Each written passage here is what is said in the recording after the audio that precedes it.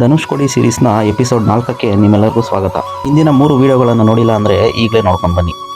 ಇವತ್ತು ನಾವು ರಾಮೇಶ್ವರಮಲ್ಲಿದ್ದೀವಿ. ಇವತ್ತಿನ ಈ ವಿಡಿಯೋದಲ್ಲಿ ಪುರಾಣ ಪ್ರಸಿದ್ಧವಾದ 22 ತೀರ್ಥ ಸ್ನಾನ ಹೇಗಿರುತ್ತೆ ಅನ್ನೋದನ್ನ ನೋಡ್ತೀರಾ. ತೀರ್ಥ ಸ್ನಾನ ಅಂದರೆ ರಾಮೇಶ್ವರಂ ದೇವಸ್ಥಾನದ ಅಂಗಳದಲ್ಲಿರ್ತಕ್ಕಂತಹ 22 ಬಾವಿಗಳ ನೀರಿನಲ್ಲಿ ಸ್ನಾನ ಮಾಡುವುದು. ಈ ನೀರಿನಲ್ಲಿ ಸ್ನಾನ ಮಾಡಿದ್ರೆ ಹಿಂದಿನ ಜನ್ಮದ ಏನೇ ಕರ್ಮಗಳಿದ್ದಲೋ ಈಗಿನ ಜನ್ಮದ ಏನೇ ಪಾಪಗಳಿದ್ದಲೋ ಕಳೆದು ಹೋಗುತ್ತೆ ಅನ್ನೋದು ಒಂದು ನಂಬಿಕೆ.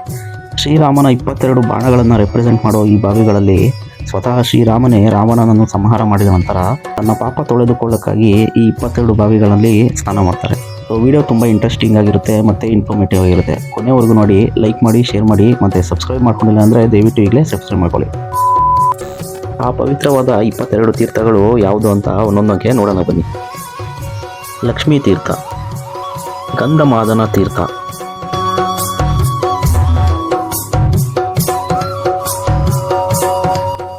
ಕವಚ ತೀರ್ಥ ಮತ್ತು ಗವಾಯ ತೀರ್ಥ,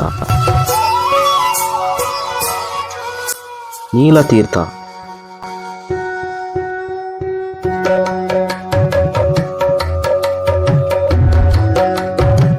ನಲತೀರ್ಥ, ಸೇತು ಮಾಧವ ತೀರ್ಥ, ಬ್ರಹ್ಮಾಹತಿ ವಿಮೋಚನಾ ತೀರ್ಥ, ಸಾವಿತ್ರಿ, ಗಾಯತ್ರಿ ಮತ್ತು ಸರಸ್ವತಿ ತೀರ್ಥ, ಸಂಗು ತೀರ್ಥ, ಸಕ್ಕರ ತೀರ್ಥ, ಸೂರ್ಯ ತೀರ್ಥ ಮತ್ತು ಚಂದ್ರ ತೀರ್ಥ, ಸತ್ಯಮೀರ್ಥ ತೀರ್ಥ, ಶಿವತೀರ್ಥ, ಸರ್ವತೀರ್ಥ, ಗಯಾ ತೀರ್ಥ, ಗಂಗಾ ಮತ್ತು ಯಮುನಾ ತೀರ್ಥ, ಕೊನೆಯದಾಗಿ ಕೋಡಿ ತೀರ್ಥ.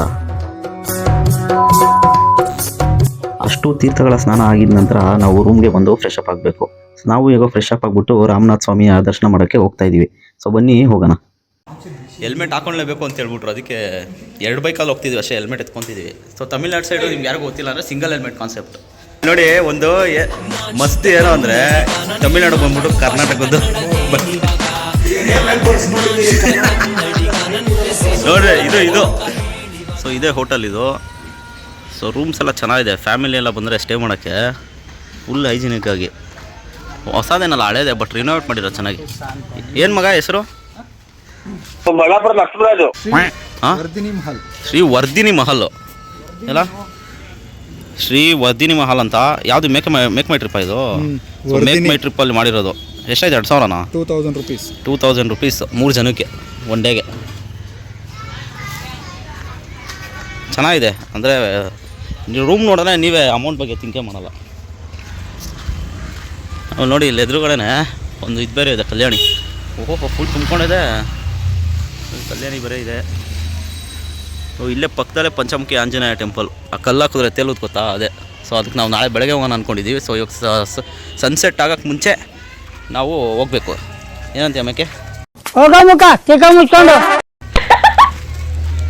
ನೋಡಿ, ರಾಮೇಶ್ವರಂ ಗಲ್ಲಿಗಳಲ್ಲಿ ಓಡಾಡ್ತಾ ಇದ್ದೀವಿ. ಇನ್ನೇನು ಟೆಂಪಲ್ ನಿಯರ್ ಇದೆ, ಅಲ್ಲಿ ಗೋಪುರ ಕಾಣಿಸ್ತಿದೆಯಲ್ಲ, ಆ ಕಡೆನೇ ಟೆಂಪಲ್ ಇರೋದು.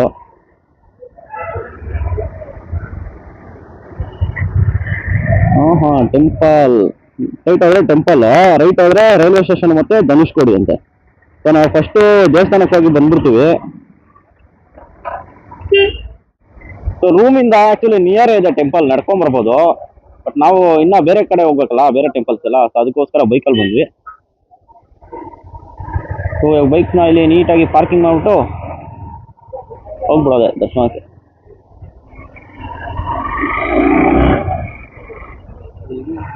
ಇಲ್ಲೇ ಹಾಕು ಗಾಡಿನ, ಇಲ್ಲೇ ಹಾಕು.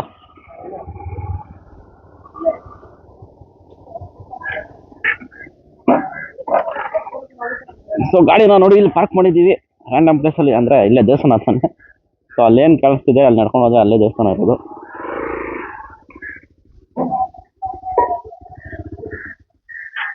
ಓಕೆ, ಸೊ ಜನ ಕಡಿಮೆ ಇರೋದ್ರಿಂದ ಆರಾಮಾಗಿ ಹೋಗ್ಬೋದು. ಜನ ಅಷ್ಟು ರಶ್ ಇಲ್ಲ ಇವತ್ತು. ಆಶ್ಚರ್ಯ. ಸೊ ನೋಡಿ, ದೇವಸ್ಥಾನ ದರ್ಶನ ಆಯಿತು. ಸೊ ದರ್ಶನ ಈ ಥರ ಮಧ್ಯಾಹ್ನ ಟೈಮಲ್ಲಿ ಬಂದರೆ ಎಷ್ಟು ಬೇಗ ಆಗುತ್ತಲ್ವಾ? ಆಗುತ್ತೆ. ಸೂಪರ್ ಫಾಸ್ಟಾಗಿ ಒಳ್ಳೆ VIP ದರ್ಶನ ಆಗೋ ಥರ ಆಗೋಯ್ತು ಅಲ್ಲ ಅಣ್ಣ? ಅಲ್ಲ, ಮಧ್ಯಾಹ್ನ ಟೈಮಲ್ಲಿ ಬಂದರೆ ಇಷ್ಟು ಬೇಗ ದರ್ಶನ ಆಗುತ್ತೆ. ಎಲ್ಲ ಬಾ ಬಾ ಬಾ ಹೋಗೋಣ. ಸೊ ನೋಡಿ temple details, opening timings. So ಇದು ಪಟ್ಟಿಗಲಿಂಗ ದರ್ಶನ ಮಾಡಬೇಕು ಅಂದರೆ ಆ್ಯಕ್ಚುಲಿ ಬೇಗ ಎದ್ದೇಳಬೇಕು. 22 ತೀರ್ಥಗಳೇನಿತ್ತು ಅದ್ರದ್ದು ನೋಡಿರ್ತೀರಾ. ನೋಡಿ ಇಷ್ಟು ಸೈಟ್ ಸೀಯಿಂಗ್ ಪ್ಲೇಸಸ್ ಇದೆ ಹಂಗೆ. ಸೊ ಇಷ್ಟು ಸೈಟ್ ಸೀಯಿಂಗ್ ಪ್ಲೇಸಸ್ಗಳು ನೋಡಿ. ಅದೇ ಪ್ಲ್ಯಾನ್ ಮಾಡ್ತಾ ಇದ್ದೀವಿ ಎಲ್ಲೆಲ್ಲಿ ಹೋಗ್ಬೇಕು ಅಂತ. ಸೊ ಇದೇ ಹೋಟೆಲ್ಲು. ಸೊ ದೇವಸ್ಥಾನದಿಂದ ಬಂದರೆ ಇಲ್ಲೇ ಹೋಟೆಲ್ ಇರೋದು ನೋಡಿ. ಇದೇ ಹೋಟೆಲ್ಗೆ ಬನ್ನಿ, ಚೆನ್ನಾಗಿದೆ ಇದು ಹೋಟೆಲ್ RS ಇಂಟರ್ನ್ಯಾಷನಲ್. ಸೊ ಇವಾಗ ಅಲ್ಲೊಂದು ಹೋಟ್ಲಲ್ಲಿ ಊಟ ಮಾಡ್ಕೊಂಬಂದ್ವಿ, ನೋಡಿದ್ರಲ್ಲ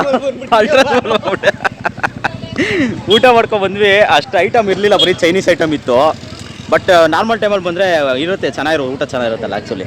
ಆಮೇಲೆ ಇಲ್ಲಿ ನಿಮಗೆ ಯಾರಾದರೂ ನಮ್ಮ ಥರ ಹಿಂಗೆ ಅಬ್ಬೆಪರಿಗಳು ಹಿಂಗೆ ಇಟ್ಕೊಂಬಂದರೆ ಹೆಲ್ಮೆಟ್ಗಳು ಇವೆಲ್ಲ ಎಲ್ಲ ಲಾಕರ್ ರೂಮ್ ಸಿಗುತ್ತೆ ಇಲ್ಲಿ.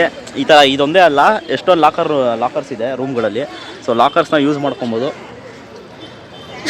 ಅಂತ ಹೇಳ್ತಾ ಬನ್ನಿ ನಮ್ಮ ನೆಕ್ಸ್ಟ್ ಡೆಸ್ಟಿನೇಷನ್ಗೆ ಹೋಗೋಣ. ನೆಕ್ಸ್ಟ್ ಡೆಸ್ಟಿನೇಷನ್ಗಳು ಸ್ವಲ್ಪ ಚೆನ್ನಾಗಿದೆ ಆ್ಯಕ್ಚುಲಿ ಹೇಳ್ಬೇಕಂದ್ರೆ.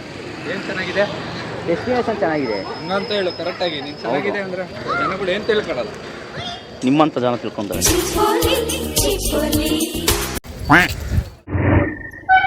ಇಷ್ಟೊತ್ತು ಪ್ಲ್ಯಾನ್ ಮಾಡಿಬಿಟ್ಟು ಇವಾಗ ಎಲ್ಲೋಗೋಣ ಅಂತ ಡಿಸೈಡ್ ಮಾಡಿದ್ರೆ ಜಡ ತೀರ್ಥಂ ಅಂತ ಒಂದು ಪ್ಲೇಸ್ ಇದೆ.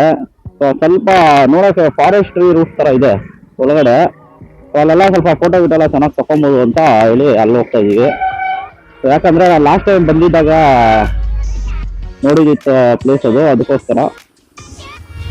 ಆಮೇಲೆ ನಾಳೆ ಬೆಳಗ್ಗೆ ಎದ್ದು ಧನುಷ್ಕೋಡಿಗೆ ಹೋಗೋಣ ಅಂತ ಪ್ಲ್ಯಾನು.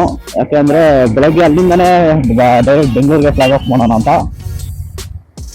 ಸೊ ಗ್ಯಾಪಲ್ಲಿ ಹಾಗೆ ರಾಮರ್ ಟೆಂಪಲ್ ಅಂತ ಇದೆ, ಸಮುದ್ರದ ಮಧ್ಯೆ ಇರತಕ್ಕಂಥ ಒಂದು ದೇವಸ್ಥಾನ.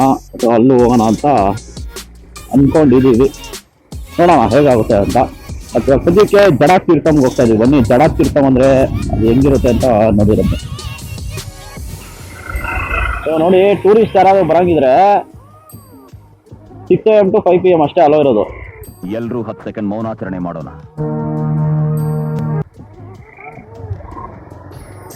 5 ಗಂಟೆ ಆದ್ಮೇಲೆ ಅಲೋ ಇಲ್ಲ, ಇದು ಹೊಸ ವಿಷಯ.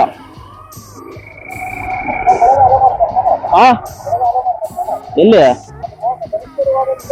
ಬೆಳಗ್ಗೆ ಅಲೋ ಮಾಡ್ತಾರೆ, ಏನ್ ಮಾಡಕ್ಕಾಗಲ್ಲ.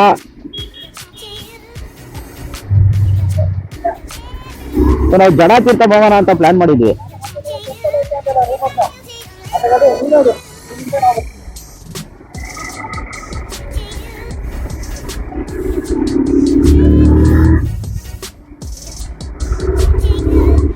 ಆಕ್ಚುಲಿ ನಾವು ಇವಾಗ ಜಡ ತೀರ್ಥ ಹೋಗ್ಬೇಕು ಅಂತ ಪ್ಲಾನ್ ಮಾಡಿದ್ವಿ.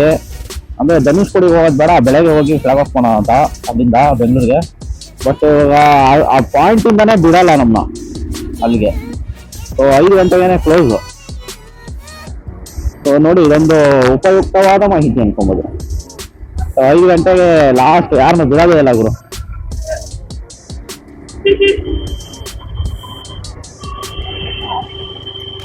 ಈ ಥರ ಮೇಕೆಗಳೆಲ್ಲ ಫುಲ್ ಅಡ್ಡ ಬರ್ತಾನೆ ಇರ್ತಾವೆ ಇಲ್ಲಿ.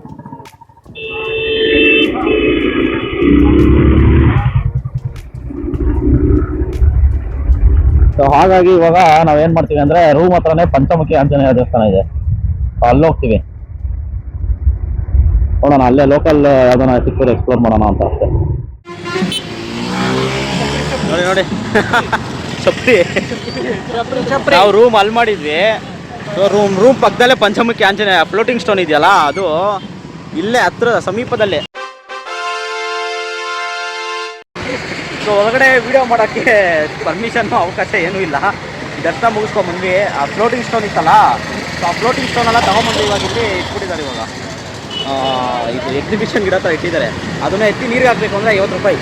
ನಾವು ಅದೆಲ್ಲ ಮಾಡೋಕ್ಕೆ ಹೋಗಿಲ್ಲ, ಜನ ಕಾರ್ಯನ. ಸೊ ಮುಗಿಸ್ಕೊಂಡು ಇವಾಗ ಹೊರಟಿದ್ದೀವಿ. ಇಲ್ಲಿ ಹೋಗೋಣ ಮ್ಯೂಸಿಯಮ್ಗೆ.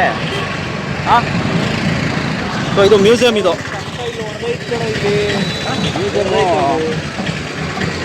ನೋಡಿ ಶಂಕ ಬೇರೆ ಇಸ್ಕೊಂಡ್ವಿ. ಹೊಡೆದೋಗೈತಾ? ನಾವು ಕೇಳ್ಬೇಕು ತಾನೆ, ಮತ್ತೆ ನಡಿ ಎಷ್ಟು ಮಾಡೋಣ. ಸೊ ಶಂಕ ನೋಡಿ 100 ರೂಪಾಯಿ ಅಂತ ಮಾರ್ತಾ ಇರ್ತಾರೆ, ತಗೊಂಡೋಗಿ ಹುಷಾರಾಗಿರ್ಬೇಕು. ಸೌಂಡ್ ಬರ್ತೈತಲ್ಲ, ಇರೋದೇ ಹೆಂಗ? ಓಕೆ ಸರಿ. ಸೊ ನೋಡಿ ಮ್ಯೂಸಿಯಂ ಒಳಗಡೆ ಬಂದಿದ್ದೀವಿ. ಹಾಂ ಏನೈತೆ ಮ್ಯೂಸಿಯಮ್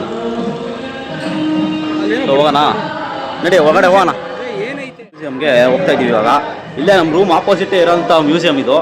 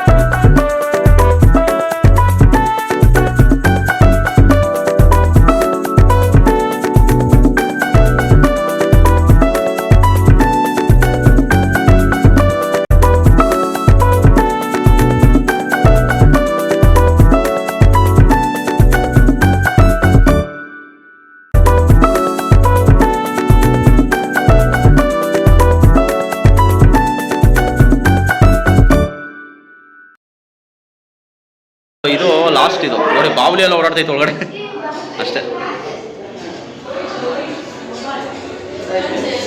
ಅದು ಮ್ಯೂಸಿಯಂ ಯಾರು ಹೋಗ್ಬೇಡ್ರಿ, ಚೆನ್ನಾಗಿಲ್ಲ.